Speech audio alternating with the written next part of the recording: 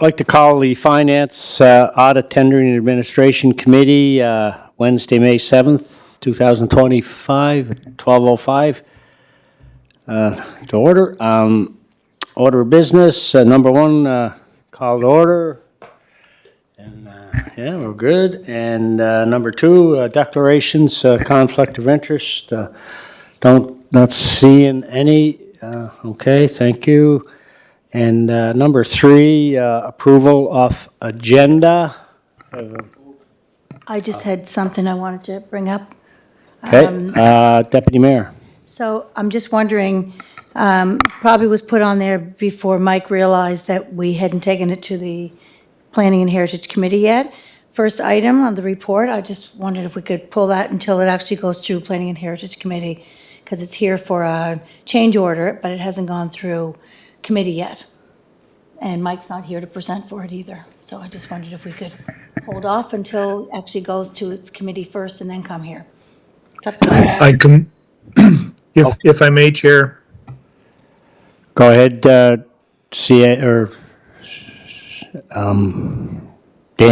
Jenkins. Sorry. Thank you. It's through the Chair to the Deputy Mayor. We're not seeking approval from Finance, but we did want to bring this to committee's attention.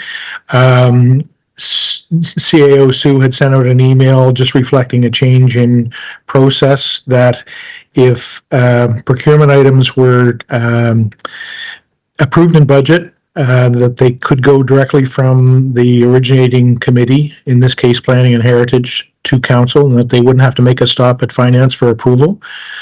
So this being the first one that we're kind of moving through on the new process, or reverting back to what it used to be, I guess. This is really just for information for committee to say that it will go directly from Planning and Heritage when it's heard, then on to Council. So they were trying to get this this payment approved so that the official plan could be finalized, and they didn't want to hold it up. So just as a courtesy to Finance, we wanted to give them the heads up that this was kind of taking that new route. So we're not really seeking approval from Finance, but just as an information that is going to Planning and Heritage, and then we'll continue from there directly to Council. Great, thank you for that, Chair, and through the Chair to Danny. No problem, as long as the minutes reflect that it's coming here for information, but there has been no recommendation from the Planning and Heritage Committee yet, because it hasn't gone there, so that should just be reflective that that recommendation that's in this report isn't accurate yet, because it hasn't gone there, that's all. Absolutely, we will do that. So, so then to the process piece, then, as Deputy Mayor just indicated, it could go then from planning direct to Council, correct? Am I following the lines? Yes. Okay on that? Perfect. Okay, we good? I have a comment on that. Okay, go ahead, Councilor Bernard. And Dan, you may recall this. I mean, so we had issues with this before. And I know Sue sent out that referral on, it used to go through the committees, and the committee put it on to Council.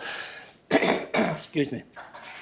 The problem I have with it, and we've run into this before, where it comes to the Council floor and people are asking, did they follow proper process? And I think we call Finance, Audit, and Tendering for a reason. I think if you look in the terms of reference, it's Finance responsibility to make sure the tenders are done correctly. So if we go back to doing it the way we used to, then it's going to happen again where it comes to the Council floor. People are wondering if the tender documents were done properly, and then it's going to be, I don't know. They'll send it to Finance to find out. That's the one issue I think that we're going to run into, which is why we switched it back to going through Finance. It's not Finance to approve the tender so much as it is for Finance to approve that the tender was done correctly. So I have a bit of an issue of just rubber stamping it out a committee that does a tender and send it right to Council. I think it should go to Finance. I think that's what the terms of reference says under Finance. Yeah, I'm not sure that it's specifically stated there or in the procurement policy that it comes to finance, but I know that that has been the practice, and we were doing that out of respect for your request. But it was the direction of the CAO for us to revert to what had been approved by.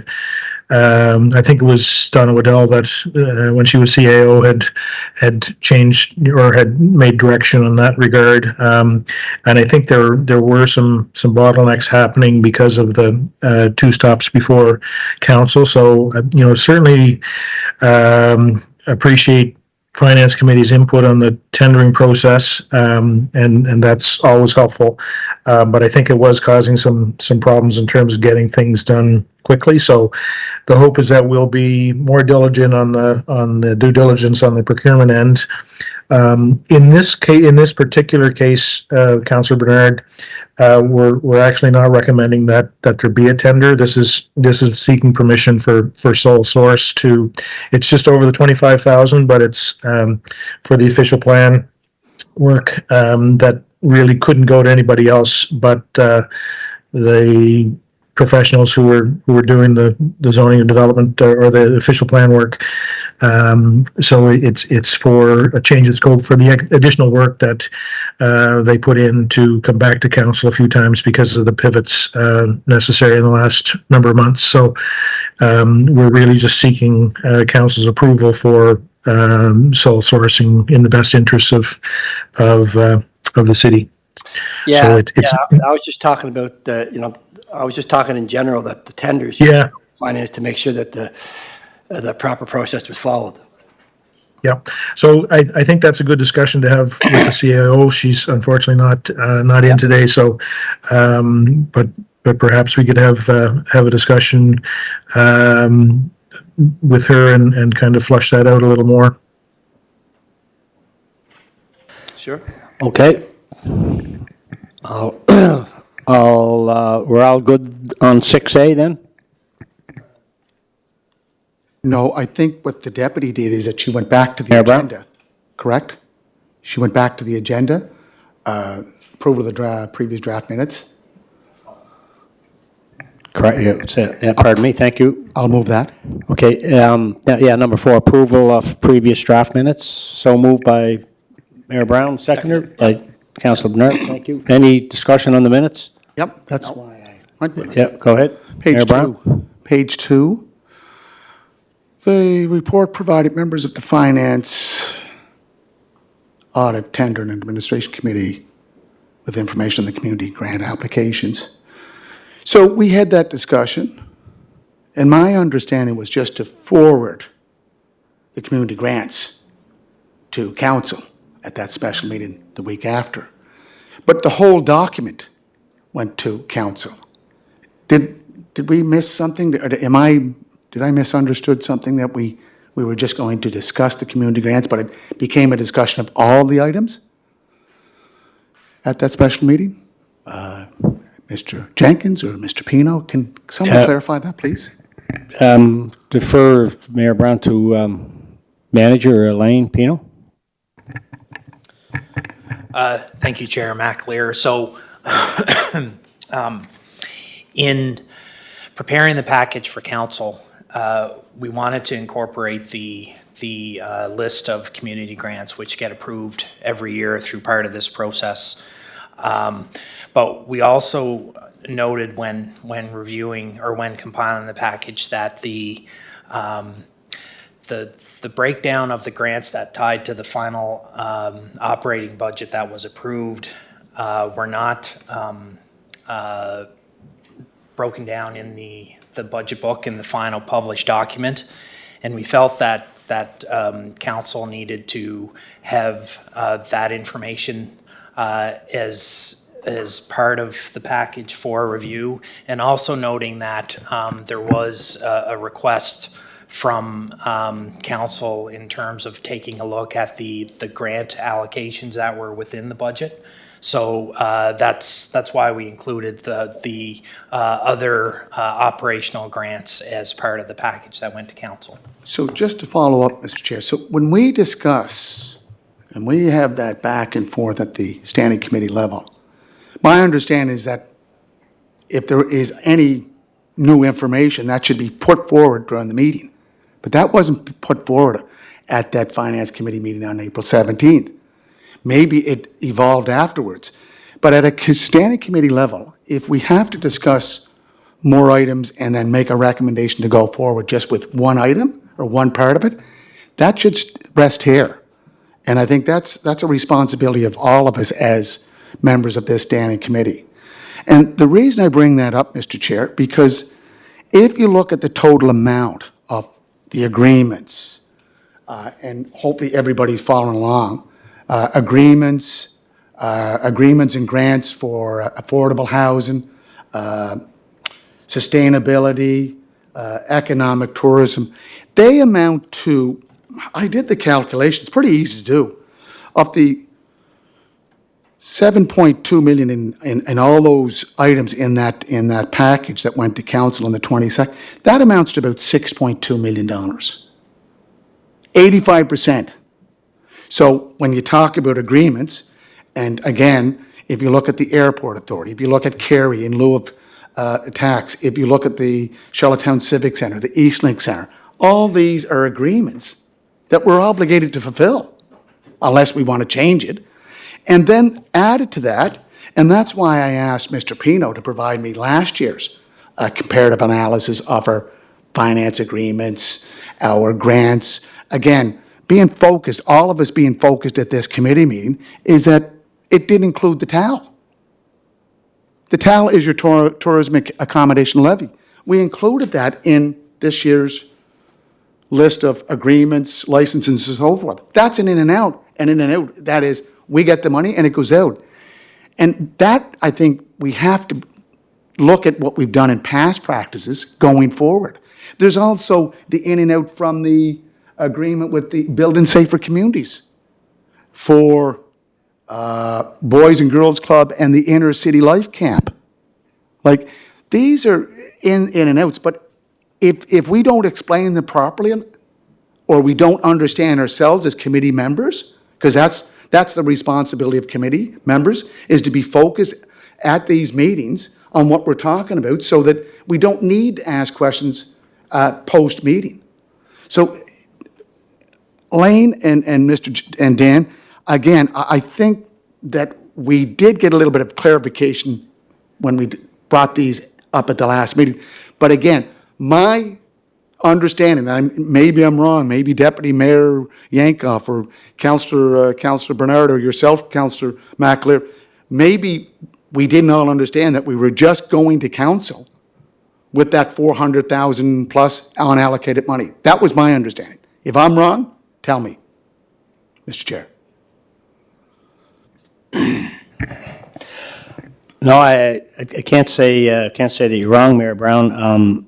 I think this whole thing, and this is probably at least the third public meeting that the whole global grant thing has been discussed, and I think at least the last two budgets I've been aware of, I'm been clear on, or what the process has been, is the community grants have been discussed, but the global number, the total global number on, on grants hasn't been, and so I think the takeaway, from all of this is, as we've discussed, is that in advance of the 26-27 budgeting process, that there is, there is more clarity and discussion and communication with council, committee level on the grant process, and so that certainly can, I guess, be improved upon. Yeah. And Mr. Chair, if I can just follow up, we do all these meetings. All these meetings are live streamed. I had a number of individuals come up to me and said, like, what are you talking about? Why are you going right down into the weeds? And I think that was sent by Councillor Beck, is that we were trying to pick through every piece of it. That's why at committee level, if members of council want to understand about these processes, come to the meeting. I know you'd be more than willing to allow anyone to speak if they were sitting here as a member of council. But we have to, going forward, we have to sort of do those discussions, not in the public forum. Yeah, we might as well, you know what, go out to the Civic Center and just go out in the middle of the arena and have the meetings. Because people were watching and just said, what are you guys talking about? And I said, again, the information, you're trying to explain the information. I think our staff do a great job. The directors do a great job. But we as committee members have to be all tuned in to what's happening here, because we got a budget that we have to exercise with due diligence. We have to be frugal, and we have to be cognizant of, you know, the needs of the community. And I think if you look at that whole list, 85% is already locked into agreements and licenses that we already have, including TAL. And TAL was not in the last, Lane, it was not in last year's grants, agreements. It got in this year. So it's the clarity we need to get out there. Thank you, Mayor Brown, for that. Councillor Bernard. Thank you. And I think, Mr. Mayor, you'll recall when we were doing the budget, and we were trying to get to a balanced budget, and we were working pretty diligently towards that. We were leaving grants to the end, like we normally do. And I think there was some requests from other elected that don't sit on the committee that didn't have a real good understanding of a lot of the grants that we give. And some of the thought was, just because we've given it before doesn't mean we give it again, and that they wanted to have a thorough look through of all the grants. So when we met, that's what it was about. Although I don't disagree with you, and that's why I said that night, there was not a panic. The operational or departmental grants that we give, what was approved in the budget, had already gone through all the committees. There seemed to be a big panic about wanting to go through all the grants and maybe make some cuts. And that's why we said we could have done this, and you can do it 3 or 4 months' time in preparing for the next budget. And as we went through the process, as you know, nothing got changed. If anything, there was additions in the community grants. And the community grants is why traditionally that's what we bring back to council, and council will decide. So I think going through the whole process was, there was some elected that wanted to look at every grant and the reasoning behind it. And I think staff did an excellent job presenting all the grants and why we give the grants to the department grants that we do. And the opportunity was there if they thought there should be some changes made. There wasn't. So, and I think some of your concern was all the conversations that were had on those in an open forum.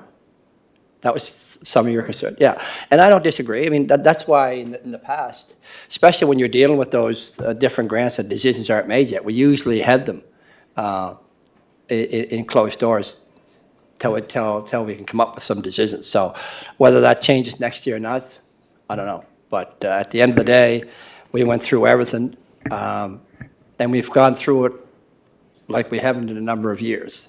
And I think it showed that a lot of the grants we give, there's good reason we give it. So, anyway. Thank you. Just to recap again, I went on the public record at the last council meeting that it certainly is on my radar to get on top of this whole thing, the grant thing. It's time for it for start of the committee to look at the processes and the agreements and whatever in place, and to come up with advice, communication, and well in advance of 26, 27. And I do think the process that we went through and staff, at the last council meeting, there was a good vetting, a lot of good, discussion. It took time, but anyway, it does take time for that kind of a thing.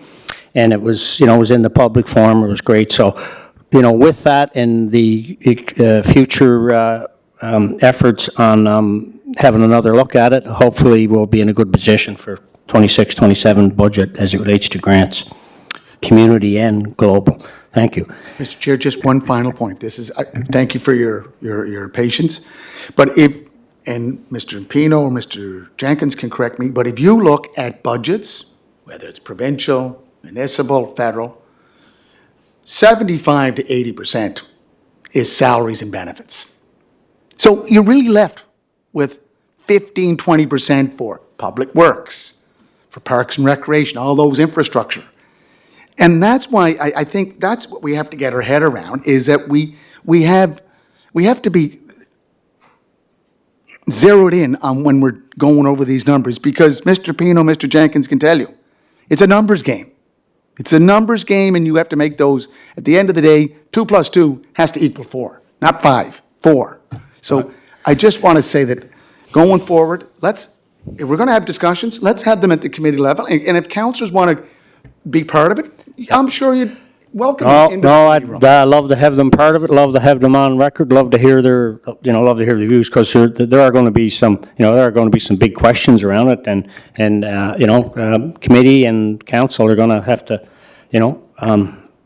speak their minds, because there's some big decisions to be made as to the ongoing grant budgeting in our process, for sure. So, having said that, we good on 6A? And 6, okay, we go to 6, Deputy Mayor. Thanks, and just to dovetail on what his worship said, and he's certainly not wrong, that's for sure. I think the biggest takeaway I got from council, and that's whether or not they can participate in a finance meeting or not, was I think there was, definitely people want to have that more broader holistic discussion throughout the next year prior to budget, like you had mentioned that we would do at some point, whether it's in the committee level and they can come and listen, or whether it's a council of the whole, whatever that is. But I think one of the takeaways where we got a little further into the weeds was some folks were a bit perplexed that so many of the departments had to cut 5%.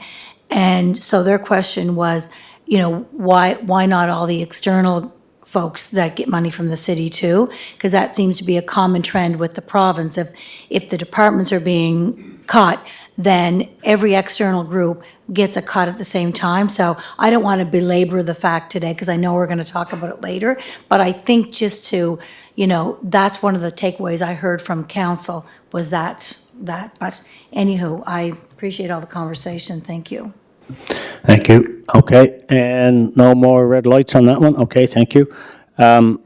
So, advancing to 6B, report, use of Canada Communities Building Fund, known as the CBF, and Riley Tweel, Acting Manager, Public Works. Thank you. Point of order. So we did drop 6A? Finalization of the city's official plan. I thought we were going to get information with Michael here. Was that dropped? 6A. Okay, so pardon me? I thought we were, Amending the, no, we're going to keep it on. Is that my understanding? I didn't ask, we didn't vote on the, It was my understanding that the chair, through Mr. Jenkins, explained that they just have to correct that right now, it's for information only for finance, because it hasn't gone to the committee yet. But it's for information only because it doesn't have to come here for the change order or something like that, because it's for information only, is what Dan had said. So it still does have to go back to Planning and Heritage to explain it. So I don't know why it doesn't have to come here, because it is extra money in the budget that wasn't approved. no, it's, I may be able to clarify. okay, go ahead, Dan. Thanks. So the two things. The budget is available in the Planning and Heritage budget, so it's not additional money. It's really about the process of sole sourcing the work because it's over 25,000. Our procurement policy says that we would go to tender unless it's in the best interest of the city to do otherwise. So in this case, because E2 and Upland had, or O2 and Upland had done all of the work on the official plan. It just isn't feasible to have anybody else do the work that the scope change was involved with, which was basically bringing council up to date and updating the official plan based on some recent changes and changes in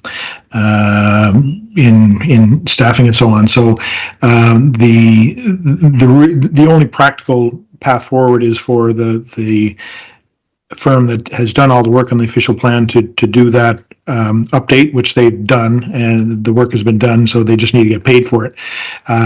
So the request is to have the sole sourcing approved by council, and the reason that we're only bringing it to Finance Committee for information is because of the change in process that the CAO had requested to revert to the old practice of, if there's budget been approved for a purchase, that it only needs to go to the originating committee for approval and then on to council, that it wouldn't have to stop to finance unless there was additional budget required. And in this case, there's not.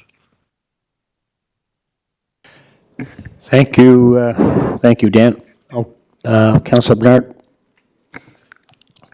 If that's the case, then why is it here finance? I guess if you want to run it through the particular departments, this would be planning. So Dan, for what you're saying, this would go through the planning department and the planning would okay it.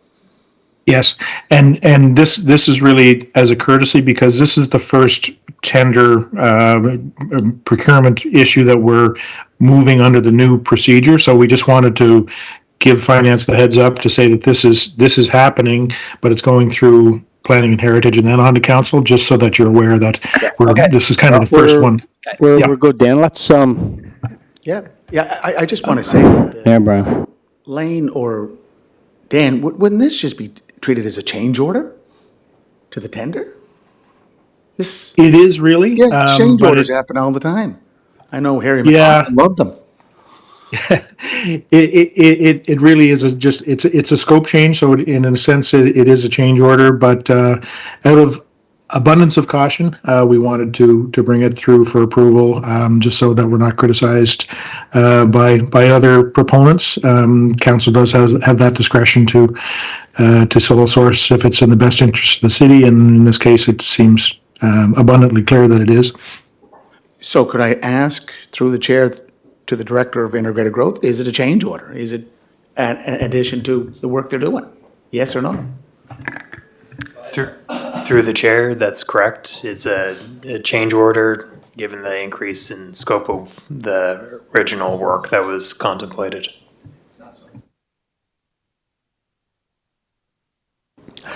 Okay, not seeing any more red lights, so we're good in 6A, I think. Okay, 6B, already announced that, so Riley, do you want to speak to that? Thank you. Thank you, Chair. This is a report that's coming from the Public Works Committee meeting last week, April 30th.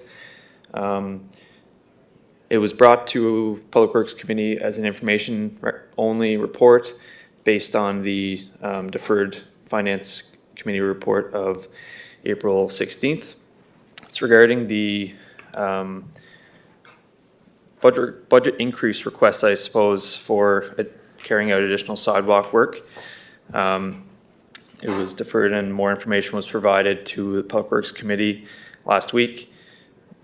The committee recommended that it come to Finance for review and approval of an additional 1.5 million in capital budget funding for 2 additional sidewalk projects to keep up with the current 5-year plan that's in place, and with the understanding that in the coming months, Public Works will be taking a hard look at the sidewalk plan and the criteria used to develop that plan, and eventually presenting a new plan to council. So that, in a nutshell, is what is before you folks today. I'll be happy to answer your questions as I can.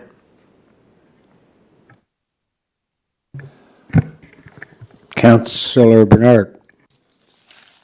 Thank you, Mr. Chair, and thank you, Riley. Riley, just looking at the 24 to 28 new sidewalks, the 5-year plan that was put out. And I'm looking at 2024, then I'm moving down to 2025, where it has Westcombe Crescent, Parkside, Stockman Drive, Elizabeth, Christie, and Elena Court. So if memory serves me right, there was a little over $3 million put in the budget. Last year, there was some contracts that went out to do sidewalk work that was approved, but the work never got done. So then the money's coming out of this year's budget. Okay. So 2 questions, I guess. One, and I guess one would be something to Dan. This is why, Dan, during budget, we talked so much about carryover, because the money was already in the budget for these, my understanding. And then when that date turned over from March 31st, all of a sudden the money was not carried forward, and it was put into the 25 budget, which we put in the same amount of money, but we're not getting the same amount of work done because we're paying for something that was already approved in last year's budget and accounted for in last year's budget, so we didn't transfer it over.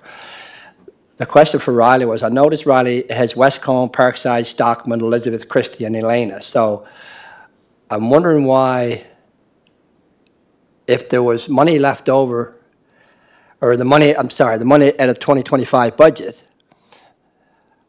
1.5 of that has to go to last year's projects to finish them off. So that left it with only 1.5 for 2025. How did the first one to be done in 2025 on the list get dropped off the list altogether?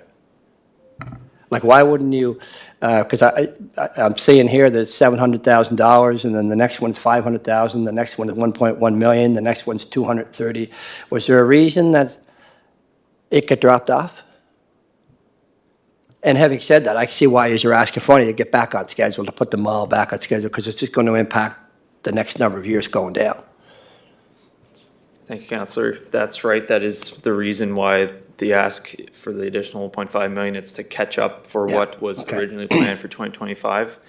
I wouldn't say that the list, the way they're listed is necessarily in any particular order. That's kind of just how the list is presented there. There was discussion at the Public Works Committee meeting a couple of months ago, I suppose now, regarding understanding that we had budget constraints this year and that we wouldn't be able to do all of the sites listed here as 2025. So there was some discussion around what sites and what combination of sites we could do with the budget we had. Yeah. Through that conversation, Westcombe and Stockman were the 2 sites that, and not surprisingly, those are the 2 largest, the 2 most expensive project based on estimated costs. So those are the 2 that ended up not being included initially in the for construction in 2025. And with this additional 1.5 million, we would be able to carry out the remaining work as listed here. And as I mentioned, So is it normal practice, Riley, that the department would start a street and half finish it and then leave it for a future year? so, I mean, Westcombe's quite a large street. It's certainly a lot of work to bite off at one time. We've done this on a few different areas where the overall plan of where we want to construct sidewalks a little bit more of a larger of a scope than we can realistically complete in 1 year. So break it over a few years. Oh, no, I knew it was expensive for 1 year. It's a long street, no question. That's why it took so many years to do it. I'm just kind of looking at, and that's why it was broken down into 2 phases. And I'm just wondering why, so now we're doing phase 2, and we say, well, instead of the department asking for more money at the time during budget, they decided to cut a couple. And I don't know if Stockman was started or not started, but I know Westcombe was half done. And I don't think it's very often that the department does half a street and then leaves it for a couple of years. They usually look to finish it the next year. But anyway, that's why you're requesting the 1.5. Okay. And I would be in favor of that. So, thank you. Deputy Mayor Hancock. Thanks. Just to follow up on that, I listened to the Public Works meeting, the last one there was. I listened to it the other day. I'm not sure the exact date the meeting was. But there was discussion about that that list, that paving list and sidewalks and transportation, as Terry's referring to.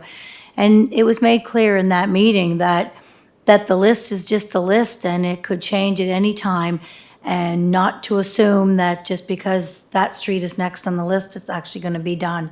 So that's what I heard.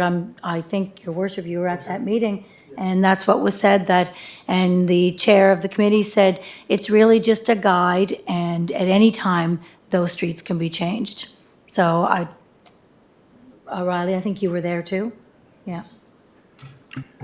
So I'd like to ask what that actually means. It's just a guide, like the sidewalk with a 5-year plan. So do you mean just in that year that they can move around, or, because if this was passed by council, so this is the order we're supposed to go. They said in the committee that the whole 5-year plan could be changed. Yeah, I think Yep. the chair said it was a guide. I don't know, I agreed with that. No, I didn't, no, I think if you have a plan, you have a plan. But Because this passed through resolution by council.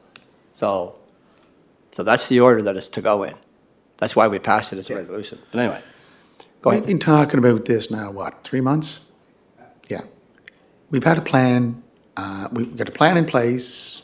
I know our interim chief engineer, Paul Johnston, came in. He proposed, design the 5, do 3. Well, let's just add this 1.5, vote it, and get the work done. Like, again, that live stream, people are watching, here they go again. It's all about Westcombe. They had a list, now the list is off the table. Now the list is a guide, now the list is a permanent guide. Like, just add it. Who's got the resolution on the floor? I'm floored. Let's move it, get it done. Get all fired up here. All right, moved by Mayor Brown, seconded by Councillor Bernard, that the request, the recommendation is to go to council to increase basically the capital budget 1.5 million to accommodate these additional sidewalk work for the 25-year.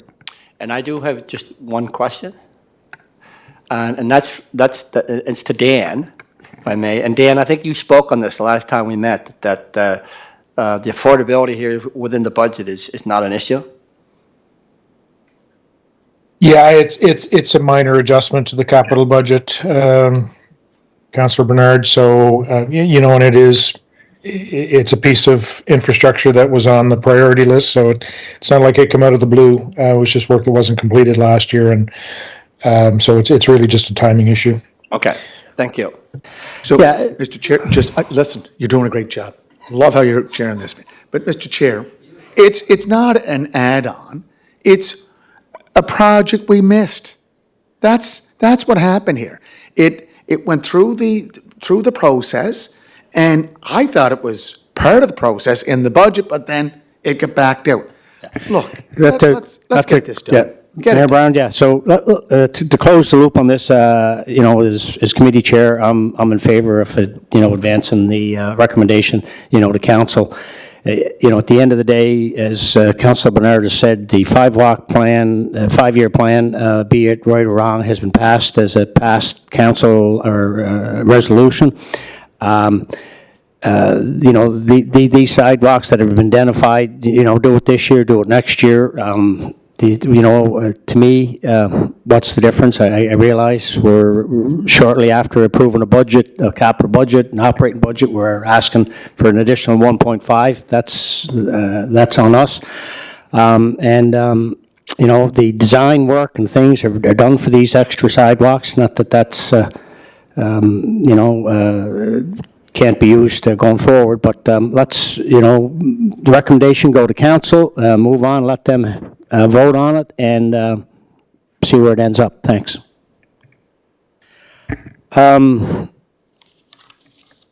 So, thank you, Riley. Mike. Deputy Mayor Yankoff. I'm in support of the 1.5 to increase in the capital budget.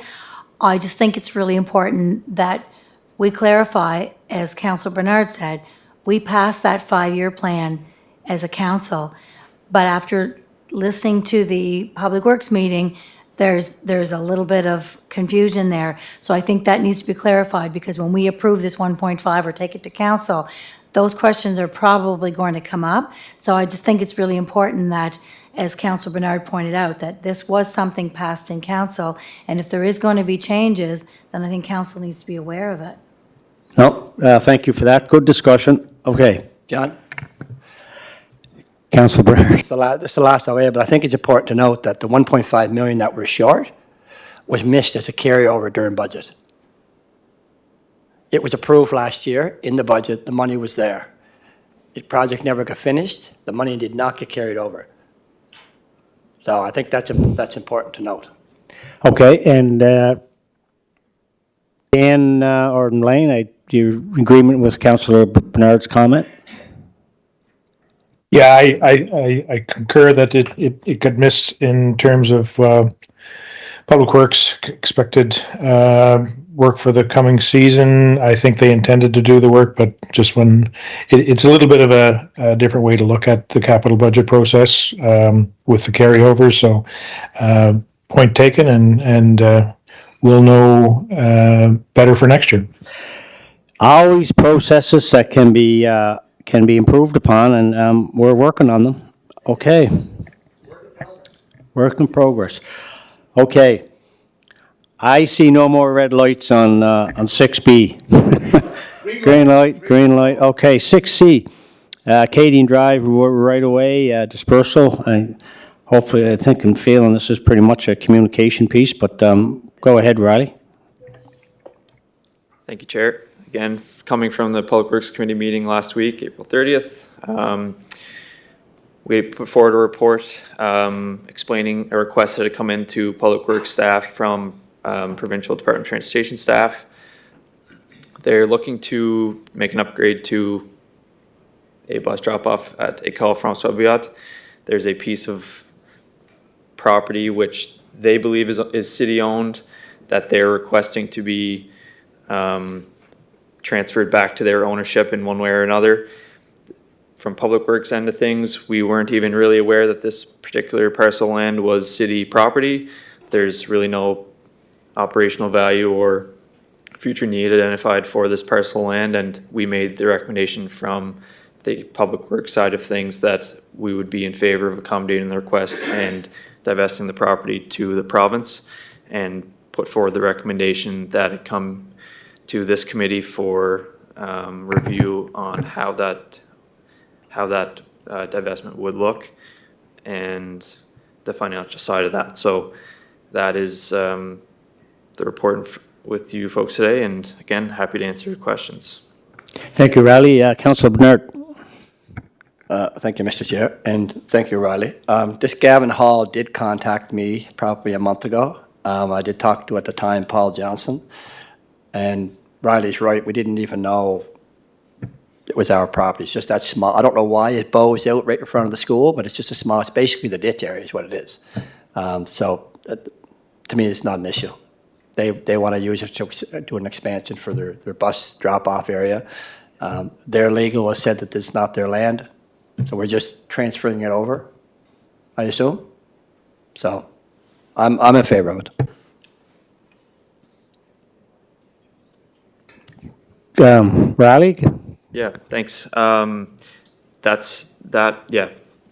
Again, from the Public Works side, we're recommending that we're okay with it essentially, and I guess seeking the recommendation from this committee on whether it's transferred as Councillor Bernard mentions, or gifted, or whatever that may look like. So that's I guess what we're hoping to have come from today. Thanks. So, Mr. Thank Chair, you, Mayor Brown. so no cash value, no transfer of, no sale to it, it's just a turnover, correct? Yeah, it's just basically the ditch. Yeah. The reason I ask, because Riley, we've been looking at some provincial land, and I know that we thought we had a handshake agreement with former Minister of Transportation and Public Works, or now it's called Transportation and Infrastructure, back in 21, that we would transfer that property that we owned out of Cody Banks, which was used as a marshalling yard for the new Sherwood Elementary School. And we were going to get the property at the former site of the old PEI hospital. But that didn't happen, but they ended up paying for it. So would they agree we give them this and they give us the former site of the PEI hospital? Can you give that a call? Let's make a deal. Why not? Always worth the ask. Yes. Let's go. Great to be working with our partner, the province, and facilitating these. When you never know, we may have to be going back to them for something else.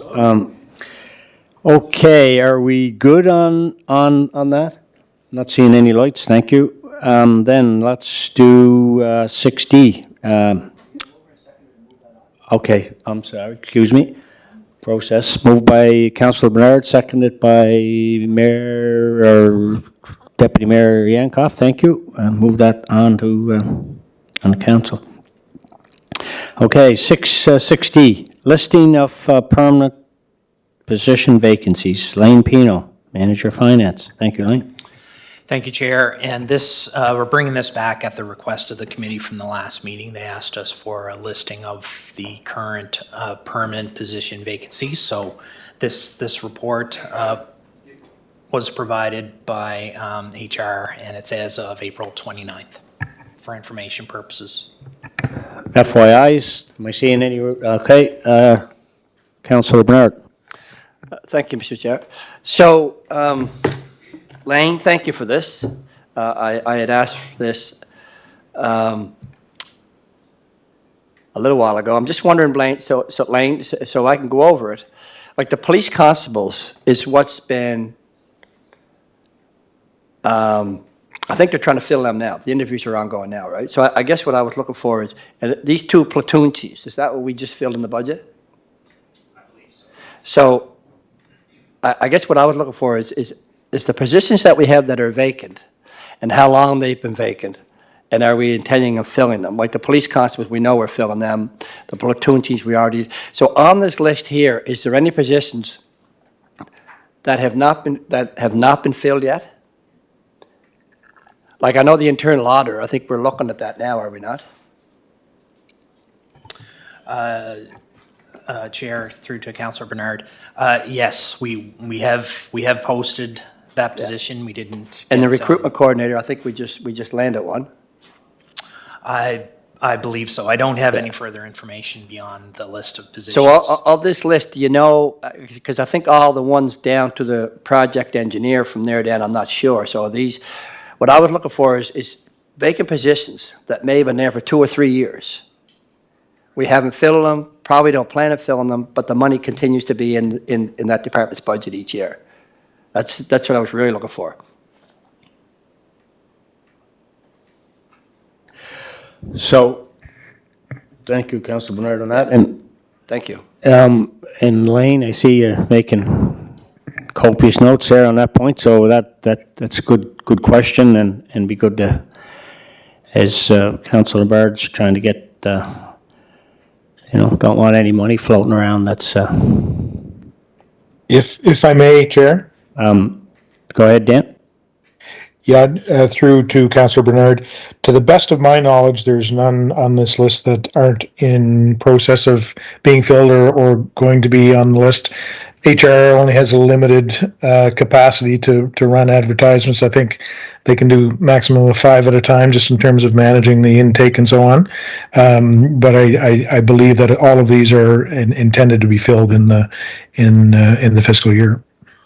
Okay, so Dan, there's not any that you've come across that have been in certain department budgets for 3 or 4 years that just haven't been filled?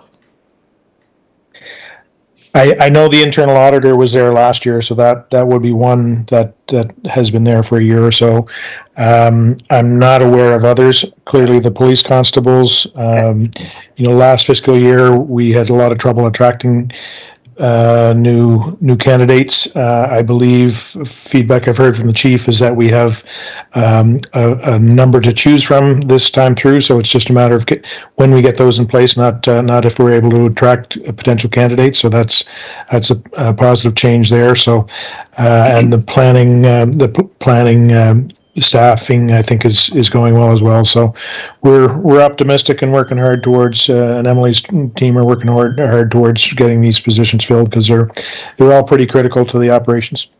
So just one last question, if I may, and I don't know, Dan, if you're the guy to ask, but I will ask, and you can find out. 2 arborists on the Public Works. If memory serves right, I thought we hired 1 or 2 arborists under environment sustainability. And if so, do we need arborists in different departments, or can an arborist for the city of Charlottetown do the work for the city of Charlottetown? Through the chair to Councillor Bernard, Maybe Richard can answer it too. Yeah, Richard may be in a position because I think it was connected to some equipment that we had on order, but Richard may have more. Okay. Richard? Yes, thank you, Chair. So those are the same 2 arborists. They would work for Public Works and Environment and Sustainability, and we have not yet recruited them, and we are waiting on the vehicle for them to use. But we're working through that recruitment process now. But it's the same. We have not hired anybody. It's the same 2 positions. Okay, that's that the you're same thinking of. 2 that were under, okay, thank you, thank you. Oh, Mayor Brown. Yeah, so I know Councillor Bernard would recall in previous budget documents, under city government salaries and benefits, it would list the positions. If I go to this year's budget document for 25-26, it gives the CAO, directors, executive resource and privacy coordinator, administrative assistant to mayor and council, procedure and records coordinator, fiscal analyst and auditor. Is that the same, Mr. Jenkins, as the internal auditor? Fiscal? Yes. It's, Yes, so this yes. person will be a fiscal analyst and an internal auditor? Because as you said, for many years, well, since 2019, Mr. Kelly always had the financial auditor, internal auditor in the budget. And I said, why do we need an auditor when we have MRSB as our auditors? Well, we can do our own internal audit. Yeah, but it still has to be verified by a third party. We can't audit ourselves and say, okay, here it is. That's why you need external auditors. Again, I just go back to the point of 100% budget. Mr. Pino knows this. Mr. Jenkins knows this. 80 to 85% are salaries and benefits. So as you add more, you sort of cut away that little 15% that we use for parks, recreation, public works, economic development. So just, again, don't mind adding, but again, I've seen that internal auditor and I questioned it before, but we do have external auditors, quite pleased with MRSB. I know that Mr. Jenkins or Mr. Pino may say, well, we need someone inside to do that. Is that correct? CAO Dan or Manager Lane, whoever, or one or both, if somebody reply, please. Thank you, Chair. I'll take it, and Lane can add his as well, his comments. The internal audit is a very different function than our external auditors or financial statement auditors. The auditor, MRSB, is employed really just to express an opinion on whether the financial statements fairly represent the operations and financial position of the city. They don't really get into internal processes and value for money, trying to make good financial analysis of decisions both before and after. So the internal auditor, fiscal analyst, is really about trying to improve operations and making sure that we're complying with our processes, whereas the external auditor is really more just a high-level overview of whether or not the financial statements reflect fairly our financial position. So it is a very different function, and one that I feel and many external to the city would strongly support as a high value position for the city and any major municipality. I think if you look at most corporations, they would have internal auditors in addition to their financial statement auditors. So it's a very different function. If I could just Mayor Brown? jump in, just commenting on what the deputy said. These are human resources issues, but I just want to clarify, these human resources issues are directly connected to what we're discussing here, right here and right now. And it says fiscal analyst. That's not just an auditor, because it says /auditor, so it's now two functions. And Mr. Pino and Mr. Jenkins knows that when you do value for money audits, that is a very comprehensive process. That is not, you have to look at the value of a project and how we're getting a value from it. It's a specialty in itself. So I think internal auditor, to me, I understand the external auditors, fully understand that, but we do have CPAs, we do have a great staff in finance that are providing us all the information that we require to make decisions, and fiscally detailed information. So understand external auditors, internal auditor. I just find that, when you add fiscal analyst, forward auditor, and then you add value for money audits, those are big fields. That's a big field. So just thank you. I wanted to express that opinion. Thank you, Mayor Brown. No red lights, additional red lights on this item? I will Go say, ahead, Chair, Dan? I appreciate the mayor's confidence in the information that he's getting through finance and council's getting through finance. I think Lane would support me on this, that I believe we have a long way to go in terms of being best in class in terms of the information that we're getting through both to departments and to council. So we really want to improve on that, and this would be one tool to get there.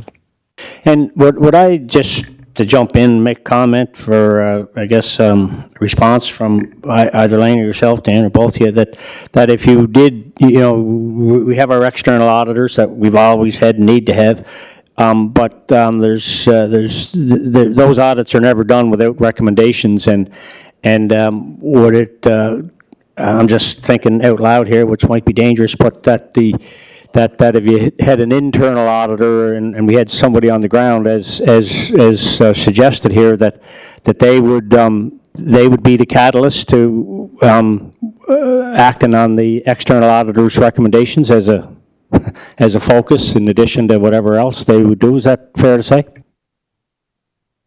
Yeah, they would work on the recommendations that would be in the management letter from the external auditors. The items that the external auditors come upon in that they bring forward in their management letter are really just things that they happen upon while they're doing their review. So they don't do a deep dive to see if there's internal control weaknesses. They don't do a deep dive to see if there's value in the projects that we're taking on. They just say, yes, that was the invoice and it got paid and it was consistent with the contract. So the internal auditor's focus would really be about helping to design those processes that build in good internal controls and making sure that staff are following them on a day-to-day basis, as opposed to coming in once a year as kind of a post-mortem and saying it looks okay based on what we see here, but the internal auditor is much more engaged in the day-to-day to make sure that we stay on course. Thank you, Dan. Okay, just in timing, if I'm not seeing any additional lights on 6E, so 6F, cash requirements, long-term debt information that I know the Mayor Brown has been digging for some updates on this, some clarity, and I think Lane and perhaps Dan or whatever have some information here in this in our package. So let Lane take it. Sorry, Chair, we have 6E there as well, Oh, I'm sorry, okay, I got my lines mixed up, yeah, 6E, Boys and Girls Club funding confirmation, and so 6E and F have been introduced, and when you're done with those, I'll take you to 6G, thanks. Okay, thank you, Chair. With respect to 6E on the agenda, we wanted to bring this back to the Finance Committee just for some confirmation and clarification with respect to the Boys and Girls Club of Charlottetown. So, as you recall, the Boys and Girls Club did have a submission, an application as part of the community grant applications for this year. Right around that time, I became aware of an invoice that came from the same organization for $20,000 with respect to a lease agreement that we currently have with that organization until 2032. And part of it provides an operating grant of $20,000 per year. So when in reviewing last year's grant information, and as you recall, the presentation that was provided to the committee and council did have some comparative information and reflected $20,000 approved for the Boys and Girls Club for last year. When we reviewed that approval from last year, we didn't have any additional information on it at the time.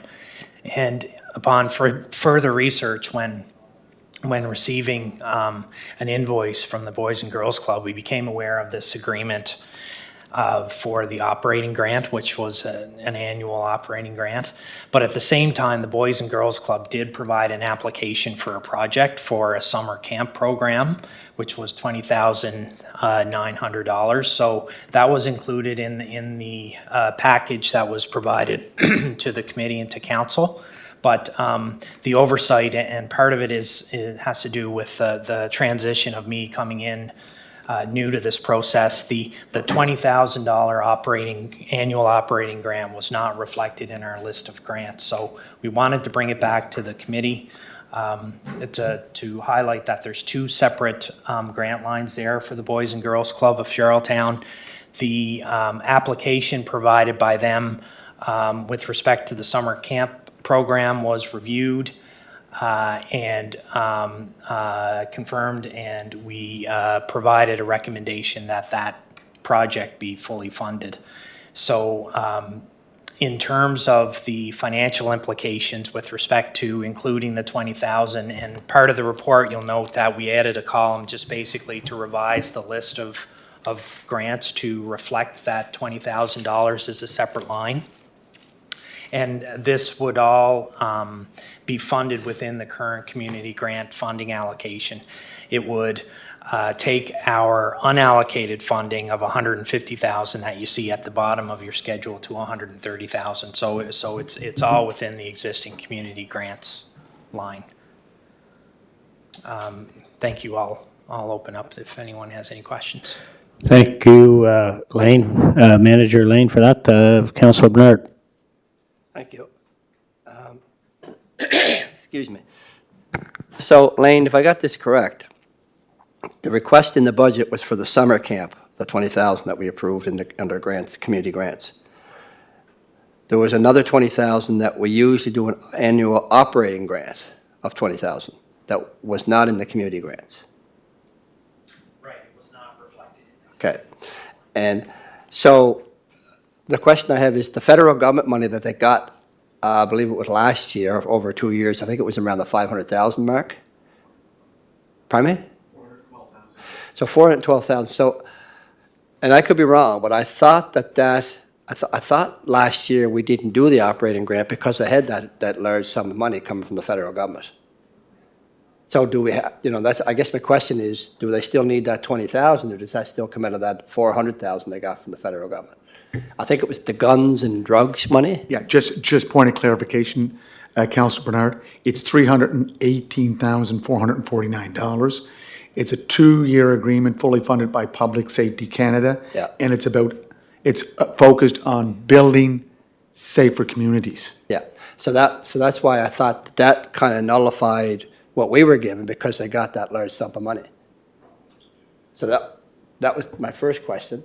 My other question, Lane, was when we finished the community grants, if memory serves me right, there was $95,000. But out of that 95, I thought we bumped back up the House of Sport to the 60,000, and it was at 25. So that's 40,000 or 35,000.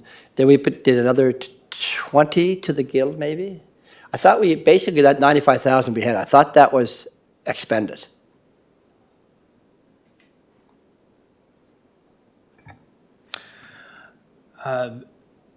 Through the chair, through to Councillor Bernard, but as well as providing additional funding to those, bumping up the 60,000 for. But there was Special the Olympics for House of Sport. 15 too, yeah. Yeah, so those were added back in, but council also followed finance's recommendation for other community organizations where the Okay, we okay, recommended okay. funding By that was staff lower than what recommendation, was okay, applied that for. gave you, okay. Right. Okay. So we just have to get clarification on the federal money they have, that the Boys and Girls Club got last year, over a 2-year program. So, through to the chair, so through the federal funding, there's separate projects specifically that are tied to that funding program. My understanding is that the summer camp program is yet another program that's separate from that federal funding. Because I thought that federal funding, the criteria was, read again, the last sentence. As I said, Councillor Bernard, it says an agreement, 2-year agreement, fully funded by Public Safety Canada, building safer communities. Yes, well, I would think summer camp would be included in that, building safer communities. Anyway, we probably should get clarification on it before. Anyway, that's my opinion. I mean, That's my question for clarification. So in the past, we've given 20,000, correct? We own the building, right? There's no rent in the building, so the building is also gifted to the Boys and Girls Club. Great organization, don't get me wrong. So going through your document, they're requesting 20,000, that's in our budget, 20,900 and what is it? That's on top of the $20,000 grant? yes. That's what they're asking, because it's an operational grant. The other one was a summer camp. See, I thought the 20,000, correct me if I'm wrong, Councillor Bernard, I thought that whether it was in the agreement or not, we always had to put that in there to expend it. The operational? Yeah, it had to be part of, I thought the 20,000 plus the 985 was just bumped up because of inflation. Yeah, same here. I didn't know it was summer camp, but But the 20 like, I agree, the operational one, we have agreed and always paid it. The only question I have on it, did we pay it when they got the federal money? I thought there was something stalled. Whether the federal money was received or not, my understanding was that agreement for 10 years, that 20,000, always went in the budget. It wasn't just, well, wait on, leave it blank. It's an expenditure. So if it's an expenditure, you have to put it in your, in your books as an expenditure. So why wasn't that added to the 20,000 plus the $20,985? Go ahead. Through to the chair, through to the mayor, that was the issue, was that the $20,000 was included in the community grants line for 23, or the last year's approval, in this time last year. And it was, when we reviewed that, we didn't have any information beyond that was attached to the report. So we took that as being a community grant that was being approved for a specific project last year. Therefore, we weren't aware of the operating agreement of 20,000 per year. Otherwise, we would have reflected that in the community grant schedule accordingly before we The brought it to the operational committee and grant. council. The operating operational did grant. get paid last year. Yes, it did. Okay. Yeah. It was paid last year, and it was reflected as on the community grant line as a separate line. Okay. Okay, thank you. If I may, so yes, I agree with you, your worship. The 20,000 is as part of the lease agreement, and we're tied to that until 2032, and that was the amount that was in the community grants last year. So it was really a misstep on our part. We didn't recognize that the 20,925 was a new ask from the Boys and Girls Club. So that's what Lane is seeking clarification on. Okay, so you're asking for the $20,985, right? Plus the 20,000, so it's 40,000. Plus the Building Safer Communities Fund too. And it's already in the budget, correct? Not the $20,000, Yep. the 40,000 is in the budget. Is that what I'm asking? That's what I'm asking.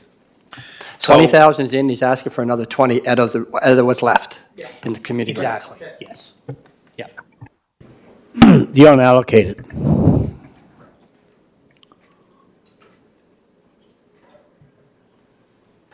Deputy Mayor. Last year, they didn't, we discussed this, Council Bernard's right, they didn't take the 20 because they got that guns and gang money. So we had approved it and then only to find out they hadn't even applied for it.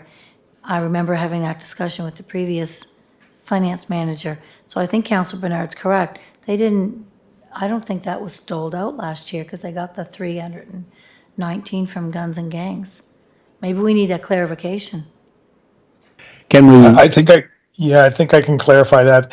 I do recall that during budget discussions that was the understanding was that there wasn't a request, but because it is a contract, there's an agreement, a written agreement in place that neither Elaine nor I were aware of until a week or so ago.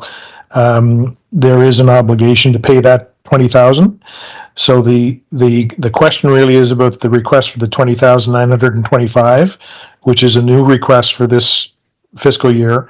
We did approve it when we brought these to council last week, but Lane is seeking clarification because there was really a misunderstanding that we were under the understanding that the 20,000 was the same 20,000 as last year, the request.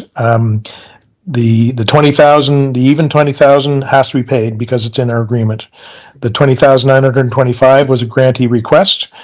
Council has approved that amount just in the last week, but Lane wants to be sure that you folks really intend to give them an extra $20,925. Certainly your discretion one way or the other, but we need to respond to the Boys and Girls Club to say it's a yay or nay, and with your blessing or not.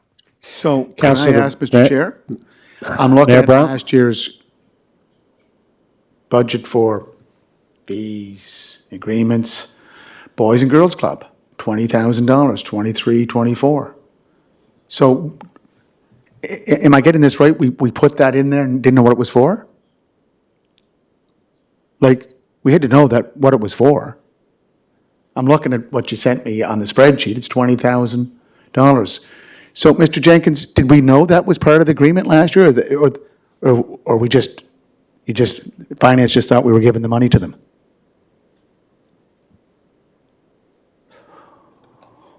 I don't have knowledge of what Betty understood last year.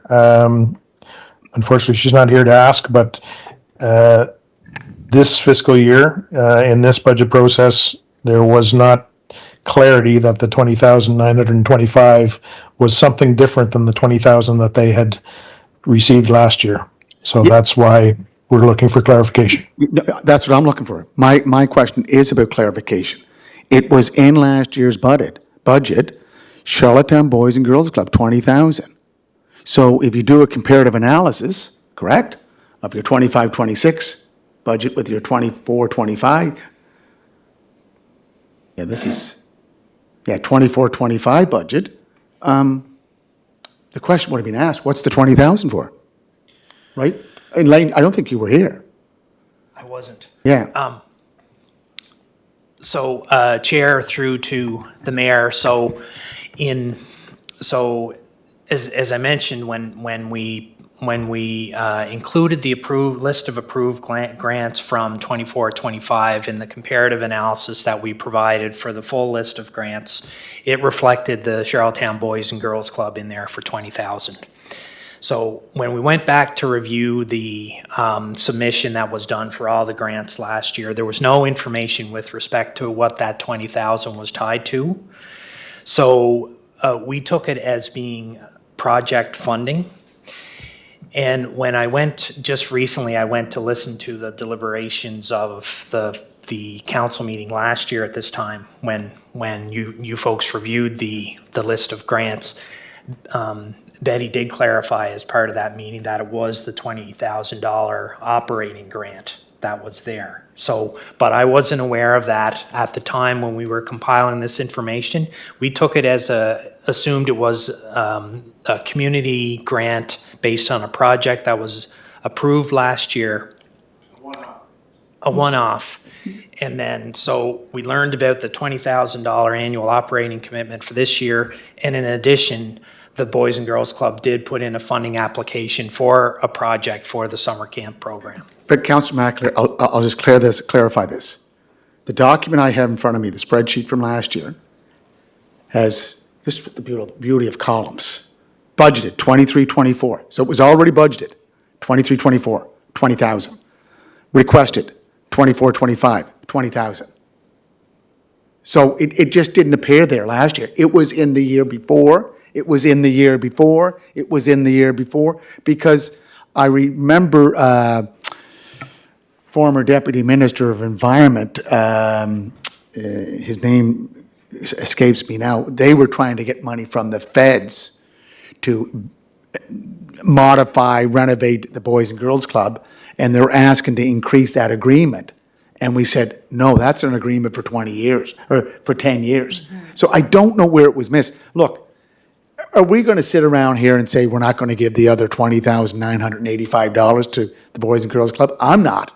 But guys, these are the, again, it's a numbers game. Numbers are there. 23-24, 20,000. 24-25, 20,000. It didn't just pop out and show up as 20,000. There's a history to it. So Deputy Mayor?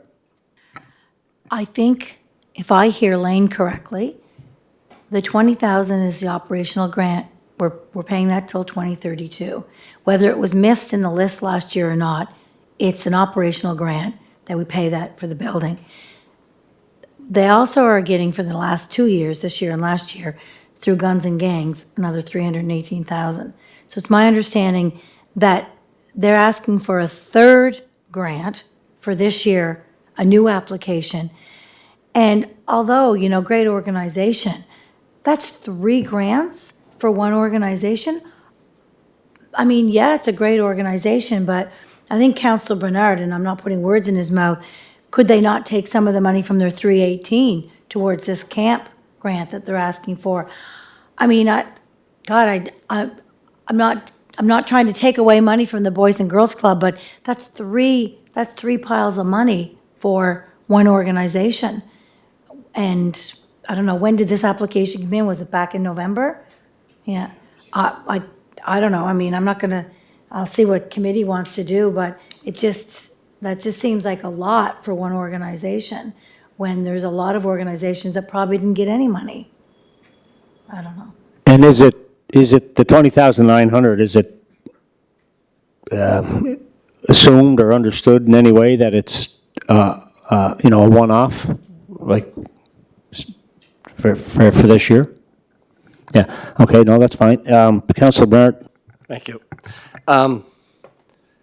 Okay, so it sounds to me like the 20,000, I know when I seen it in the grants, I thought it was the operational that we normally do. But anyway, now we find out it was actually for a summer camp, and the other 20,000, we still have to put in for the operational grant. Do you know, Lane, what would answer for me is, did we get an audited financial statement from the Boys and Girls Club to see what financial position they're in? The chair through to Councillor Bernard. Yes, and that was part of our evaluation of the grant. It was based on I don't have it up in front of me here. Was that the one that was 122,000 in the red?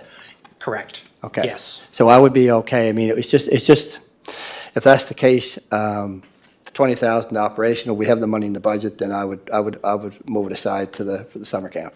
It's there, so, sure.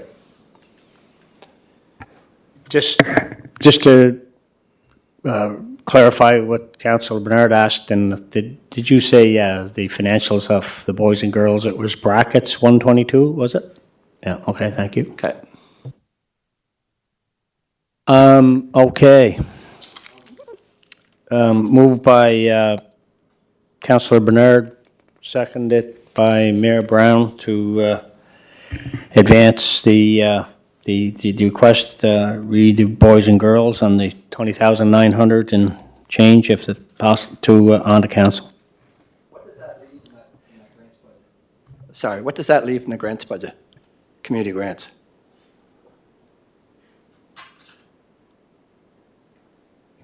$130,389. 133, and that's what leaves after you take the 21 out? Yes. Okay, thank you. Correct. So just final note, Mr. Chair. Mayor your Brown, Patience. did your light ever go out? Just want to say that Lane and Mr. Jenkins, so the request, the budget approved for 25 was 20,000. The grantee request was 20,925, so it changed. So did anyone ask, did we ask what was it for? And we were told it was for a camp, and no one told, no? So the 20,925 is. Yeah, it was a that- change. That was followed the same application process as everyone else. So that's how we knew it was for the summer camp program. But someone forgot about the 10-year agreement. But exactly. That wasn't in our information when we compiled this. And again, I'll play the transition card there that when I took this process over, that. No. Rookie mistake. I blame Councillor McAleer, the chair. I blame him. I want that on the record. Previous administration. Yeah. Mr. Chair, I do have to go in about I have a 10 Okay, minutes. all right, Okay. all right. Question on the grants. Okay, Deputy Mayor. So Councillor Bernard alluded to the fact, what do we have, 130,000, did you say, left in community grants? So, but the deadline was November, so therefore that money will just be moved into next year's grants, is that the idea? Because we've had other communication after that, and they've been turned down because they didn't meet the deadline to apply in November. So I'm not approving somebody else in 3 months' time if we're saying no to somebody else that didn't apply in time for November. So I just want to make sure that we're not, you know. I think, Deputy, this is our mistake. I think it's the operational grant. No, that no, wasn't I'm not talking about that. I'm talking about now that we figured out the Boys and Girls Club, that's fine. I'll support the Oh. 20,000. Oh. But there was another recipient or person who wanted their money, but they were told it's too late because it's past November. So I'm just flagging that in the minutes to say, don't come back with others if we're saying no to that one, because they didn't meet the deadline. So that means nobody else can either. So, yeah, so just make sure that's in the minutes. Thank you. Okay, Before I go, I'm just going to say one more thing, and then I gotta head out back to. Councillor Bernard. But Dan, if you would check, if you want to look under the Finance Audit Tendering Administration Terms of Reference, the very first thing is to advise and make recommendations on all fiscal matters on behalf of the City of Charlottetown. A tender document, I would think, would be a fiscal matter. That's why I think it has to go back to Finance. But anyway, I do have to head back to the office. Okay. Thank you. I guess Councillor Bernard will be leaving the committee. We still have quorum, I believe. And, all right, we'll continue on. Thank you, Councillor Bernard, for your input and your time for the committee meeting today. Okay, 6F, report, cash requirements, long-term debt, Lane Pino. Thank you. Thank you, Chair.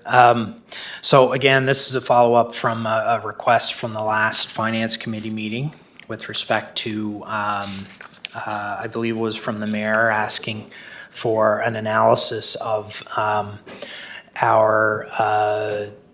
cash flow requirements, quantifying the depreciation piece, which is a non-cash item that's part of our budget, but also summarizing the principal payments based on our commitments through the year. So I have provided that. There's a supplementary schedule to the report, and the CFO and I have been discussing that with respect to the next round of debt, that there's some work to do here on our part in terms of understanding what the longer term cash requirements are going to be for the organization.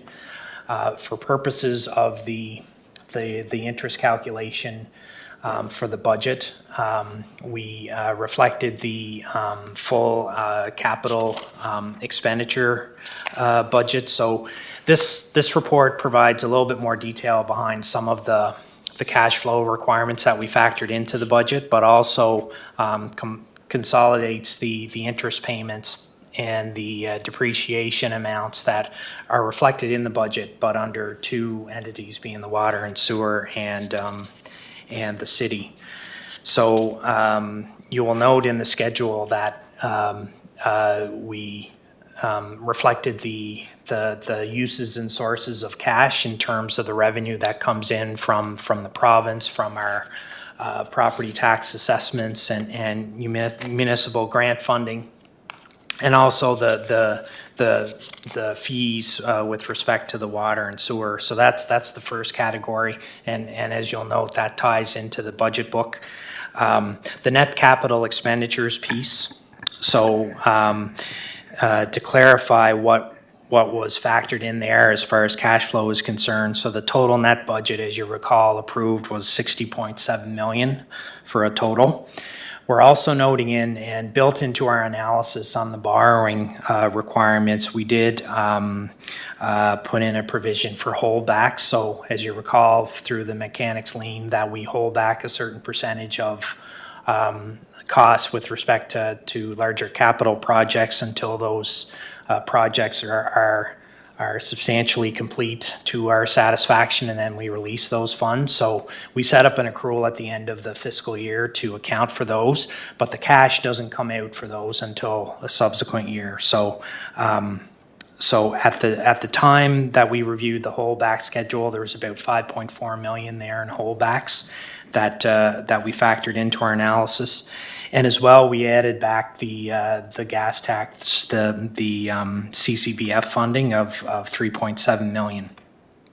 So that's how we got to the 62.5 million that we used for our interest calculation. We consulted with the departments in terms of trying to put in a best estimate when those funds would be required. So the 62.5 million borrowing is staggered throughout the year, throughout the 4 quarters. And then once we do that, we get down to cash requirement and an adjustment where we add back the depreciation amounts because to the mayor's point, I think you mentioned in the past, that's a non-cash item. It is included in our budget, but it is a non-cash item. So that was 16 million. And our estimated principal repayment is 7.6 million that we have on the books slated for this year. So with all those ins and outs, the total net requirement, if you do the math on those items, is about 58.5 million. For purposes of the budgeting exercise, we did factor in the 62.7 million as part of, 62.6 million. So part of going through the process next year will be to go to RFP for a next round of debt financing.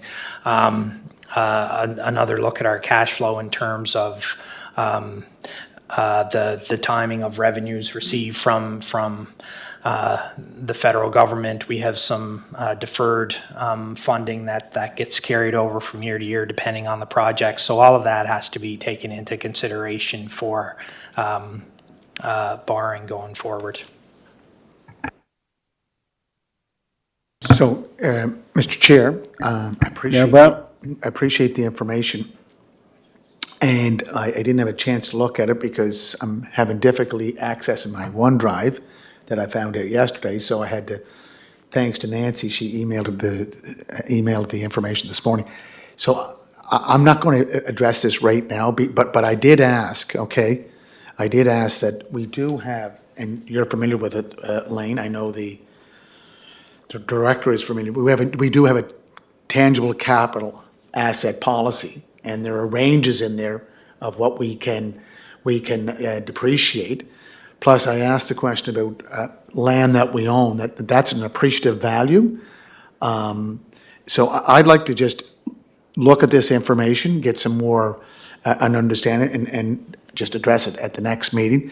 But the ranges that are in that tangible capital asset policy, you know, for example, I can go from land improvements, amortization is 2.5% to 5%. Useful life, amortization period is between 20 and 40 years. Some of them can go longer than that, correct? Land improvements. And the other question I had was, and maybe you can just answer it again, I'm not looking closely at the numbers. So are you saying our depreciation of our assets compared to paying the principal and the interest are both equal? And if so, could you refer to that, would that be on page 42 of my digital document?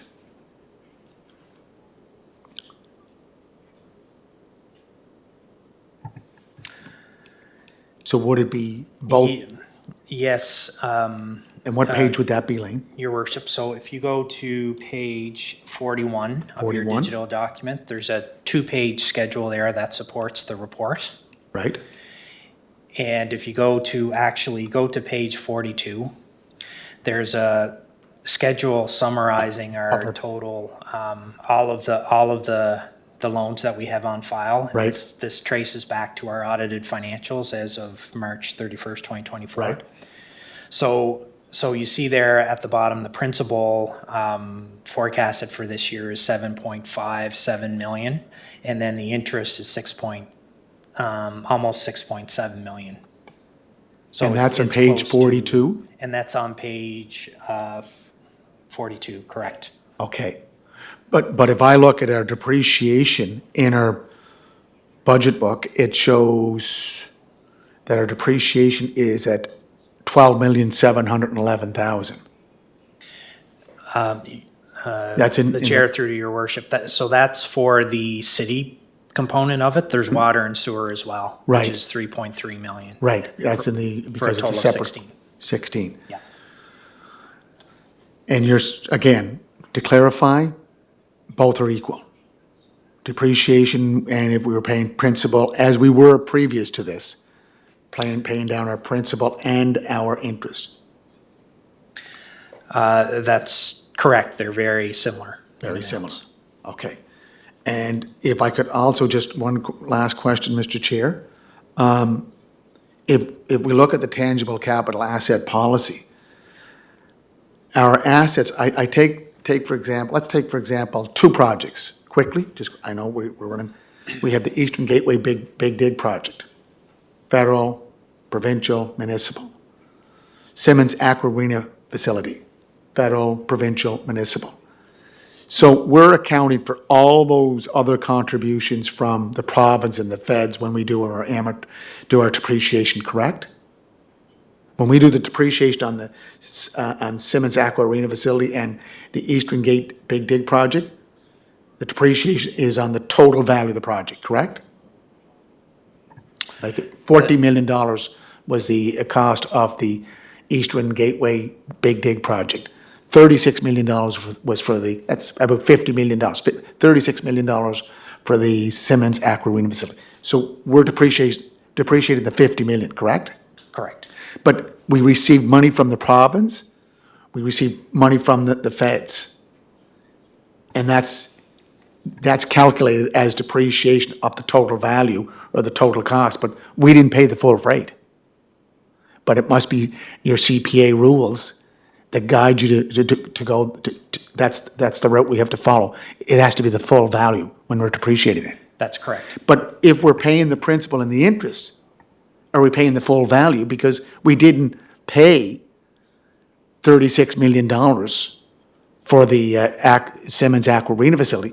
If you looked at I think 24 came from the feds in the province, so we had 12. We're only paying 12. We're paying interest on that principal and interest on that 12, correct? Correct. So the capital, the cash required for the capital projects would be net of any partner funding. Correct. Yeah. Yeah. So again, I just want to get a little more time, but I appreciate that you did get this information, both you and Mr. Jenkins, because we have to manage debt, and managing debt could be through principal interest or depreciation and interest. Thank you, sir. And, yeah, just when we're on this, on page 42 of, 46, Lean, on the total existing and new debt, 100, or this is a March 31st, 26 projection, say 84 million, that's consolidated debt. And, in our meeting in advance, Lane, we met in advance of the meeting here today. I had asked, to get a sense, the metric, what does that total debt look like in relation to our, assessed value? Commercial, residential combined, and I was I'm of the understanding, just from having discussions like this since I've been in this world, is that that there may be some kind of a metric or benchmark there that it's good to maybe be within, and I don't know if that's in other words, we got a projected combined debt there, 184 million, let's call it. Is that within 10% of our total assessed values, or it would be good to understand that if there are metrics that where we fit? Thank you. Yes. Thank you, Chair. So my understanding is there has been some work for the city. I haven't had the opportunity to research this yet, but I understand that there was some work done for the city in terms of by some external consulting resources to identify what those metrics should be when planning for future debt. So and not that you don't have enough on your agenda, but just, as an FYI in time, doesn't have to be at the top of the list, but is that something that you can put on the list that in due course or throughout the year that we can come back with clarity on that, just as as an FYI to the committee and ultimately council? Thank you. Just to sum this up, we're always looking at the revenue side. We only have really one source of revenue, and that is property taxes. And I mentioned this to you before, Mr. Chair, that Halifax, their budget, HRM, 82% of their budget, operating budget, comes from, and financing their capital comes from property taxes. Calgary is at 45%. Edmonton is at 59% that they get from property tax. And I know I've spoken to Mr. Jenkins about this, but they have other avenues or other access to other funding. I'd like to find out what that is. And I know Summerside, in their Mayor Kutcher's State of the Union address on Monday or Tuesday, they're going to be looking at vacant property, assessment of vacant property. I think that I did send it to our, I don't know if I sent it to Mr. Jenkins or not, about what they're doing in St. John, New Brunswick, on vacant property assessments. Maybe it goes in another category. But I know that is maybe a discussion we want to join Summerside, join that conversation with them going forward, because we're two fully serviced municipalities, the only two on the island. I know, some people think we have more than that, but we just have the two of them. Yeah, thank you for that. And Just on your comment there, that, you know, revenue based on, from what I've seen, doing rough numbers is, I think, you know, most of our revenue is somewhere in that 80%, that for fairly high number that is predominantly property tax, commercial tax. Okay, 6G, just update to the committee on matters of interest to, again, Lane. Thank you. Thank you, Chair. So this is our standard committee update to the committee. There's a couple of items in there. We did start our process with the external auditors. They were on site the week of April 21st to do their preliminary audit. So they do a lot of sampling, primarily payroll and some other areas to get the ball rolling, basically, and they're scheduled to come back the week of August 21st. So our staff is working diligently to compile our information for year end to prepare for when they come back. The second item there was already discussed this morning, so I won't bring it up any further, but just an update on some correspondence with respect to the Finance Committee's role in terms of approving, supporting tenders moving forward. And then the final item is with respect to the tenders, which is the standard report that we provide every month. So you see there's a lot of work going on with tendering. There's 19 that are on that list. 9 closed just recently that are being brought forward. There's 8 that are currently open, and there's 2 on the list to be issued in the future. So that's for information purposes. Any questions to Lane on that report update? Not seeing any lights.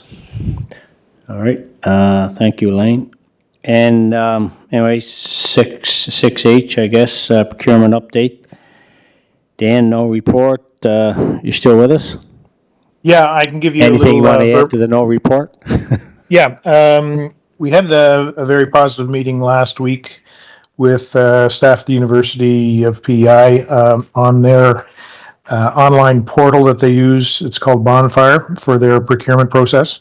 So all their tenders are managed on that portal, and submissions are received from proponents on that portal. They've had a very positive experience. They installed it in 2018. And other municipal, provincial governments and universities have used this product extensively. So we're really encouraged by that meeting, and we'll be following up with the service provider to get a demonstration and get some costing on that. But certainly appears that tool may go a long way to assisting us in rectifying some of the deficiencies and hurdles that or speed bumps that we've hit with procurement over the last little bit. So really encouraged by that. We're working on a number of reports for committee and council on the procurement bylaw. I had hoped to have a couple of them ready today, but we still have a little bit of work to do on those. So we're hoping to have at least 2, maybe 4 of those to consider at the next Finance Committee meeting. So work is underway, and we're hoping to get our senior procurement officer position posted hopefully within the next 4 weeks. So we're working hard on procurement. And Dan, just for clarity and understanding, the UPI piece you were saying, is that a software piece that would have to be new to finance to make that happen, or does our current system lend itself to? No, it is a new product, Chair. It is a software. It's a cloud-based service, and there would be an expense involved. The university, one of my concerns or one of my worries about going to an online portal was the cost to prospective bidders, but their setup allows bidders to submit proposals without cost to them. So that was good news, and it seems to have been quite well received by the bidder community as well. Does a lot to manage communications with them and set reminders for steps along the way that are occurring, and helps to ensure that the communications go to the respective parties. Some of the problems that we've had in the past. So seems like it could go a long way to helping us solve some of our issues. So just a ballpark question, and I know you couldn't hold it. And any ranges on what that cost potentially might look like for? Made some inquiries, but nothing hard and fast. But one number was suggested at about $25,000 per year. But in terms of the operational efficiencies and the savings that we would have, I think we had some costly missteps this year. This product looks as though it would have eliminated those. So the savings would be justified, but again, that was just a thumbnail number that was thrown out there, but we haven't had that confirmed by Bonfire, so we would have to do some investigation on that. So there'd be two pieces to that, right? I guess the purchase of the software and then the ongoing. In this example, you're saying $25K. Yeah, most of the software products today are license based, so you don't actually buy a piece of software that you put on your computer. You subscribe to the service for a flat fee or a variable fee per year. So the $25K I was speaking of would be a kind of an annual cost. Mayor Brown. So, okay, we're looking at a portal. Bonfire. We're also working with Canoe, correct? We use their portal. Canoe is not a procurement management. They'll provide us with Right. tenders that they run. Yeah. So we can piggyback on their tenders, but they don't manage our procurement. Yeah. No, they don't manage it. But if we're going to manage procurement, we need a framework. And that framework is a procurement bylaw that we've been working on. Like, I have minutes from October 7th, 2020. This predates our Director of Finance Administration, where there was already something in place to go forward. So again, I need a clear and definitive answer. When will we be viewing, when will we get an opportunity to see the actual procurement bylaw? We're looking at hiring a procurement officer, we're looking at an internal auditor, we're looking at a new portal through Bonfire, we're working with Canoe, there's Merck's, there's also the provincial government, they have their procurement act. When's the definitive date, Dan, on when and I don't know if Melanie's still working on it or who's working on the procurement bylaw, what's the definitive date? We need, like, this can's been kicked down the road for a long time. What's the definitive date? You got a date? Is it next month's meeting? Through the chair to Your Worship, we do not have a definitive date, but we are working on that to get it to council just as soon as we can, to committee and council. And nobody would like to see that line crossed any more than I would, but I don't have a definitive date, I'm sorry. Okay, so I'm going to commit here. If we need extra financial resources to bring in people to do this, I'm willing to put that on the floor. I'm sure the deputy would be more than willing to approve. What do you need for extra funding? What do you need for extra person power to get this done? Both Mr. Jenkins and Mr. Pino. What do we need? Tell us what you need, and we'll put it on the table so we can get this through. We need to put a definitive date. I don't know why it's difficult to put a definitive date. It's a procurement bylaw. We know what the procedural bylaw, we change it. We know through the bylaw regarding conflict of interest, we change it. Let's What do you need? Okay, before I go to Deputy Mayor, has her light on? Dan, do you want to answer that? Yeah, I think if there was, a thing or a person that we needed right now, we would come to committee and council to ask for that. I think we're well on our way. We're getting some help with Kent Thompson. Myself now am really focused on this project, whereas for the past several months been kind of doing double duty as manager of finance and manager of communications, and myself just getting bearings in the role. So I think we're well positioned to get this moved along sooner than later. And but certainly if we hit some roadblocks and need some external resources, we do have some budget within the finance special projects, special reporting area that we have some latitude there. But I think we're I can see down the pipe that we're going to have something for council in the foreseeable future, that it's not, the pain shouldn't be extending too much further. We want to get this done and get our procurement piece managed more effectively much sooner than later. Deputy Mayor. Thanks. Just two things. I assume then we're not hiring a procurement officer until the procurement bylaw is done, I would assume. And the other thing, and someone can answer that once I ask my next question, I'm still perplexed that we can't have some deadline, like anything to do with project management. When you have that stage gate approach, there's always that date that everything is going to be done by, and then you work backwards to create that project plan. So I'm just curious of what does in the near future mean? Because 6 or 8 months ago, that was near future too. So 2 questions. What is a procurement officer going to do until we get a procurement bylaw done? And the second one is, what does in the near future mean for when the procurement bylaw is done?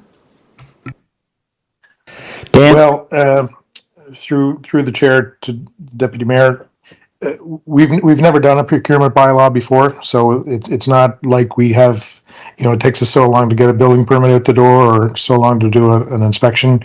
We've never done a procurement bylaw before. We don't have solid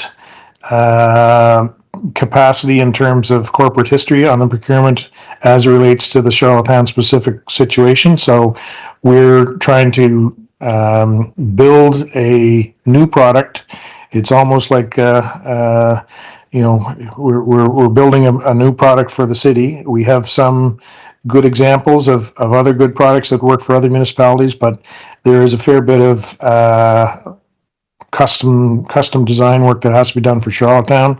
We have the sustainability piece. Council's expressed an interest in moving towards a model that provides some incentive for local suppliers to have preferential treatment. There's a number of components that we have to kind of morph what might happen in other jurisdictions into one that's specific for us. So, you've been involved, Deputy Mayor, with the unsightly properties bylaw, which was an existing bylaw, which just had to go through some seemingly minor changes, but that process has been underway for well over a year and a half that I've been involved with it, and it was going on before I came on stream. So sometimes what seems like a really simple process is a little more involved, but we're focused on doing procurement better. With respect to your point about the procurement, senior procurement officer, the CAO and I and the HR manager and directors have identified that position as a priority, not because of the bylaw, but because we still do procurement. The bylaw doesn't really we haven't stopped buying things because we don't have a procurement bylaw. We're doing procurement now, and we need to do it better. So we need to hire that expertise and the mindset of doing procurement right, that we're lacking now. So doesn't appear to be any support for holding off on hiring for that position because we haven't got a procurement bylaw in place. The hope would be is that someone with that experience and training would be able to inform and help shape, if not the bylaw, the procedures and policies to go along with implementing it. So we want to have that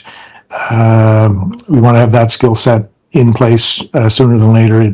Their day-to-day work will not be reading the bylaw and interpreting it. It will be doing procurement as procurement should be done, which is, to a large extent about the processes and the relationships with suppliers and managing communication. So the bylaw doesn't really do anything to enforce that if you don't have the people in place. So we do feel that we need to have the people in place to do procurement well, and whether that's with or without a procurement bylaw is it doesn't change. We still need the people.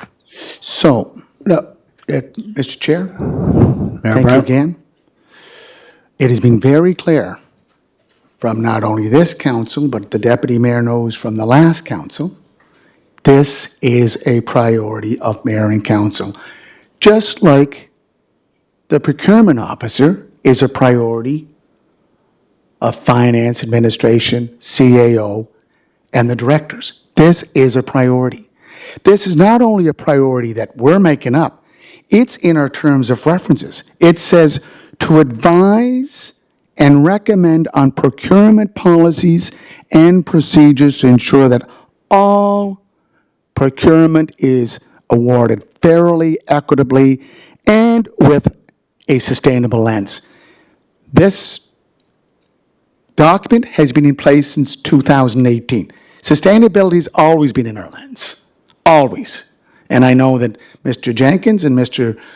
Pino have been recent arrivals here, but this has always been because we very much encourage, support, and promote the environment and sustainability. And in terms of a document, a former business manager of finance, actually he was a controller, Steve Wedlock, created a document. We have a template. So, Mr. Chair, I'm going to ask that for the next meeting, Standing Committee meeting for Finance, we don't need an oral report. I am asking, and I think with the support of council, a written report on our procurement bylaw, because if the province of Prince Edward Island can use their procurement of goods and procurement of goods and regulations, then we need, as a capital, as a fully serviced municipality, a procurement bylaw in place. And we can make references to other bylaws that we've been working on. This bylaw, as the deputy mayor knows, has been talked about under the first CAO that we worked with, Mr. Peter Kelly, the interim CAO, Donna Waddell, and then our recently exit CAO, Ellar Mohammed, and it's again with our interim CAO, Sue Fraser. Four CAOs. So I'm asking Mr. Pino, asking Mr. Jenkins, report in the package for the next Standing Committee meeting for Finance and Administration on goalpost milestones on achieving this task of getting a procurement bylaw in place. And to make reference to the unsightly bylaw that we've been discussing, that's a bylaw that was in place. That took much more work because it integrated with other bylaws when it came to penalties and other associated matters. So just want that down in the minutes. Nancy, I'm asking, I know with the support of the committee and council, a written report, timelines, milestones, goalposts of where we're going, where we're at, because enough, we've talked about this enough. We don't need to talk about it anymore. As they say in the business world, get it done. Thank you. If I may, Chair, to respond to your worship. Get it done is what we want to do. We don't want to talk about it. We don't want to prepare another report. We recognize and agree with Council's priority to get this bylaw done, and that's what we're working towards doing. We've spent, 3 weeks on grants. We've just come off several months of budget focus, and what we want to focus on now is getting this bylaw done. So I will take your ask to the CAO, but my advice to her will be that we focus on getting this bylaw done, not a report on when it will be done. Dan, with due I respect. need, Mr. Jenkins, and Mr. Pino, we need something in a written report. We need something that guides us. Right now, it's been discussion, handshake. I've been committed to this. I know some councillors keep asking about it. So to talk about, we were dealing with community grants over the last few months. We've been dealing with this, Mr. Pino, Mr. Jenkins, since my first term, 2019, 2020, 2021, 2022. We're 2025. And no blame. It's just written report. You can tell the CAO, I'll be speaking to the CAO also to say that this has to be laid out in a give us, though, as I said, timelines, milestones, goalposts, where we're going. Then we can have something to work with, because we've been talking about it. I want to see something written. Thank you, Mr. Chair. All right.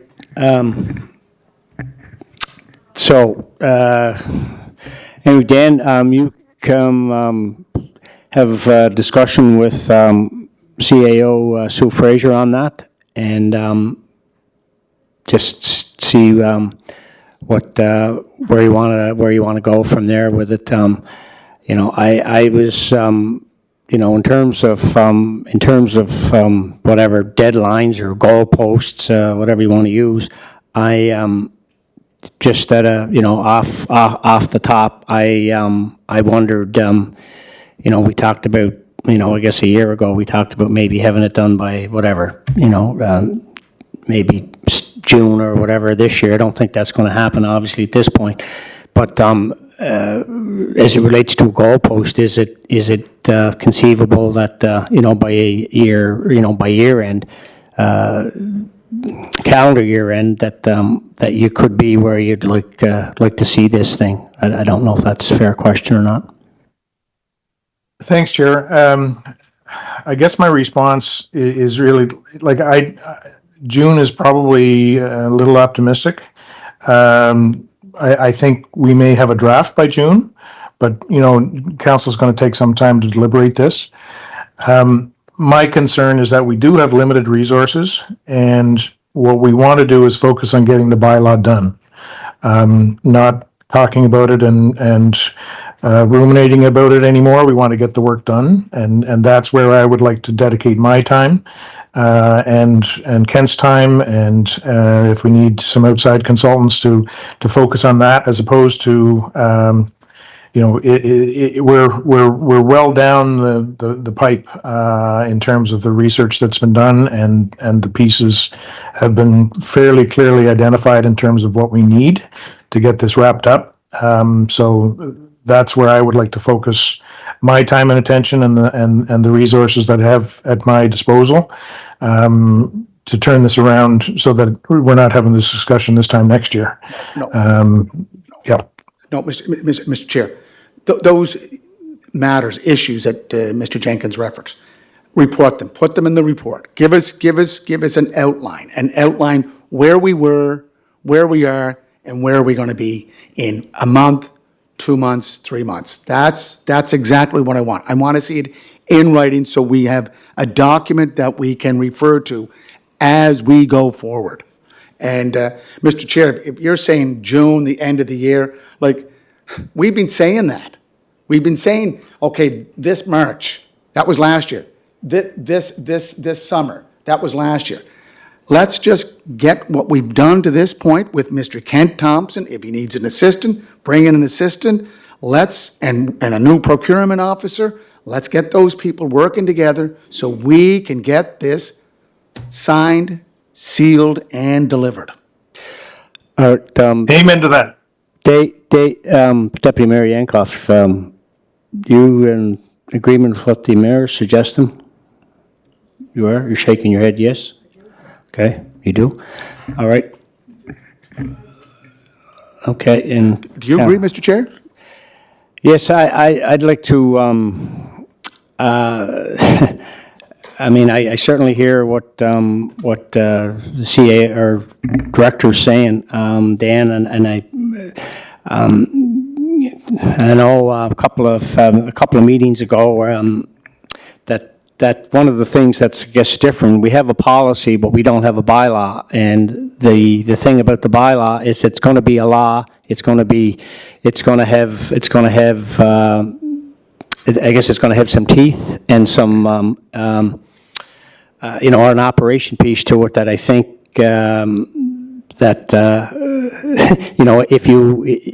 if that's what's going to be our guiding principle, and to make sure for procurement, on the operations side, you have to have the staff and the support, and to be able to have your operations live up to the what the bylaw indicates. So I wasn't perhaps as clear on that. So I do understand, I guess, a little bit where Dan CFO is coming from. So let's take send it to council and see what they have to say on it. Thank you. Okay. Introduction of new business, number 7. Just under that, Mr. Chair, just to follow up with what you were asking about, in your budget document, on page 142, you will find the non-commercial assessment. You will find the commercial assessment. If I just look at PEI residents, our assessment total is about $3 billion, correct? So I think the legislation reads that we're allowed to borrow up to 12% of our total assessment. Now, this is just PEI residents under non-commercial. $3 billion, 12% of that is $360 million. So we're way below what we're borrowing. That's just one of, like if you go to commercial assessment, it's probably at 250 million. But if you do the total assessments, it's, well, yeah. So I think that matrix you were asking about, it's there. Yeah, those, and I'm assuming, Lane and Dan, that the maths, the numbers that Mayor Sharon there is correct, or within the spirit, I guess, of what I was asking earlier that, you come back with. So look, you sit long enough, you maybe answer some questions, so we've come full circle. I've been doing my homework. Okay, all right, again, 7, introduction to new business. And last thing, Mr. Chair, there is leadership workshops coming up, and there's one, listen to this one. What's in the box? The need to right-size expenditures has never been more important or more urgent. How do you garner creative ideas? Where do you find new revenue resources? That's going to be a workshop put on by Prince Edward Island, Federation of Prince Edward Island Municipalities, June 5th at the Rod Royalty at $50 per workshop. And guess what, Lane and Mr. Jenkins? We'll pay the $50 because I'm going to. Thank you. I think that was circulated in our email as well, wasn't that? Yes. Yeah. All right. Thank you. That was number 8, adjournment. So moved by Deputy Mayor, seconded by Mayor Brown. Thank you.